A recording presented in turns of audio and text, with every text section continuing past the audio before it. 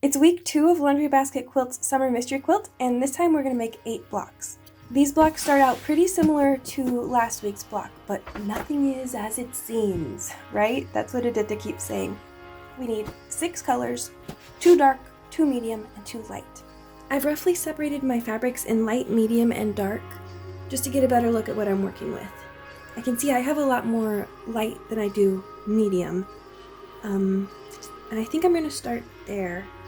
I think I definitely want this for my lightest light. And then I need a medium light.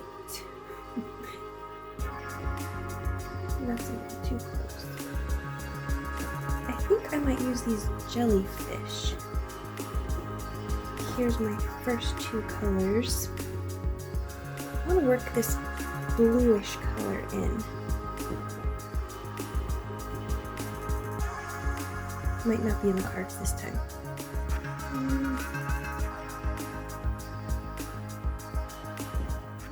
Okay. Now for my darks. I think I definitely want to use this darkest dark because these blocks are going to be towards the outside, and I don't think this dark color will draw a ton of attention.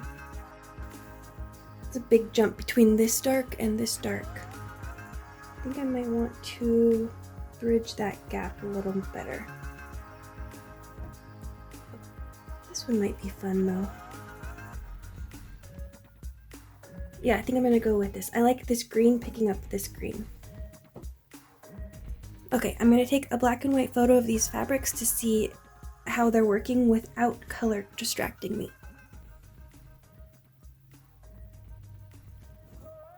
Okay, no color substitutions today. I'm going to stick with what I picked, but I do want to talk about something a little weird. I want to talk about this fabric real quick.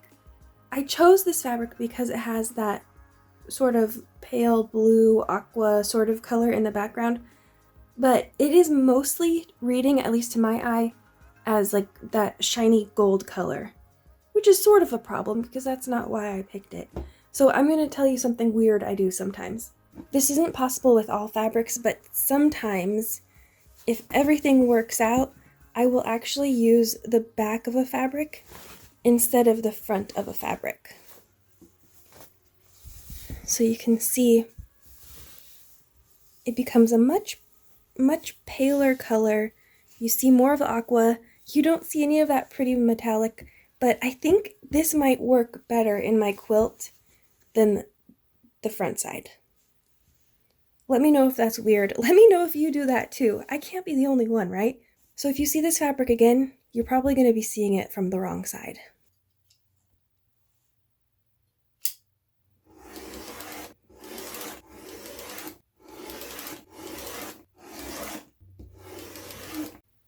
Okay, quick recap. I cut all my strips just like I did last week, and if you haven't seen that video, I'm going to leave a link in the description below so you can check that out, see how I get my nice straight strips.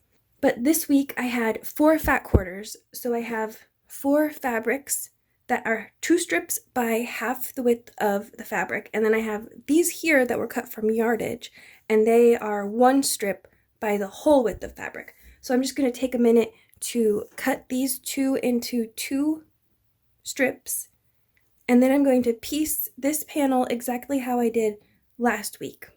And again, I'll leave a link in the description just in case you haven't seen that video, because I talk about cutting straight strips and also how to piece this strip set. Last week, many people requested to see my mom's colorway of this quilt, and so here it is. Several of you also mentioned that you don't have Instagram or you don't use Instagram, so I'm going to try to include her blocks at the end of these videos too.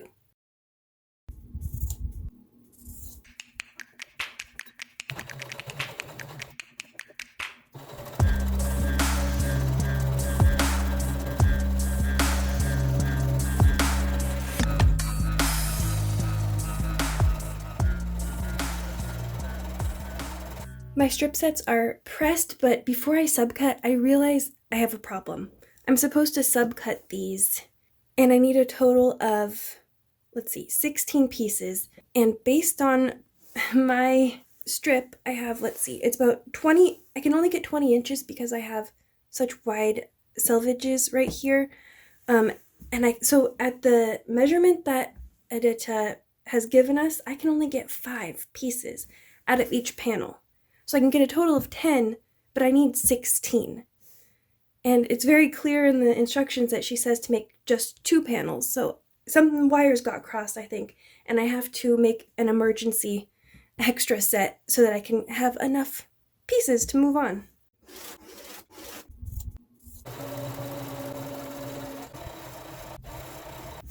Okay, I'm caught up and I'm finally ready to do some more cutting. I could have just almost eked out another piece here if it weren't for this selvage here. It's so wide. It's like an inch wide. Everything's all cut and we have one more seam to sew. This week we're making 8 blocks and 4 of them are going to be one way and the other 4 are going to be the opposite. They're going to be the mirror image of the first one. So we'll start by just flipping that guy around. And then for this one, we'll flip this guy around. So it's a really simple difference. We've got the lower left and the upper right for the dark colors, and over here we have the upper left and the lower right for the dark colors. Because I press all of my seams to the dark, I might be able to get away without glue basting here. I was thinking I wouldn't need to glue baste because that's 6 seams to worry about, or 5 seams to worry about, but I think I'm going to do a test and see how it comes out and then decide from there.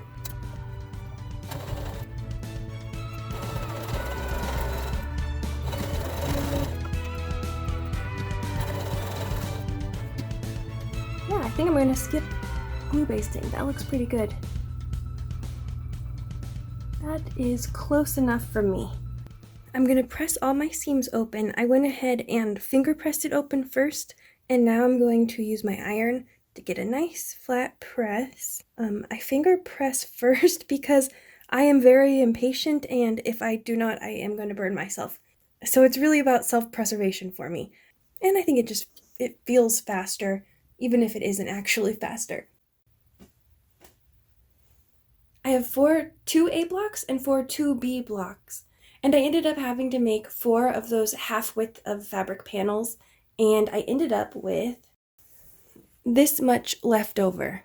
I think I only cut 1 or 2 pieces from this one. For my mom's blocks, I got away with making 1 single width of fabric, the whole width of fabric panel, and then I just used some leftovers from last week to get the rest of the pieces I needed. So that worked out pretty well. I'm glad I kept those scraps. I also made this mock-up so I could see how my quilt is developing. I wanted to track it week by week without using my design wall. And this is working out really great. This is a little program I have on my iPad. Let me know what you think of my blocks, and also tell me how your quilt is coming. If you're participating, if you are going to start it sometime in the future, I'd love to know more. If you have any quilting questions, go ahead and leave them in the comments below. I want to help. I'm happy to help if I can, or maybe we can just have a little chat, something like that. Anyway, see you next week. Bye!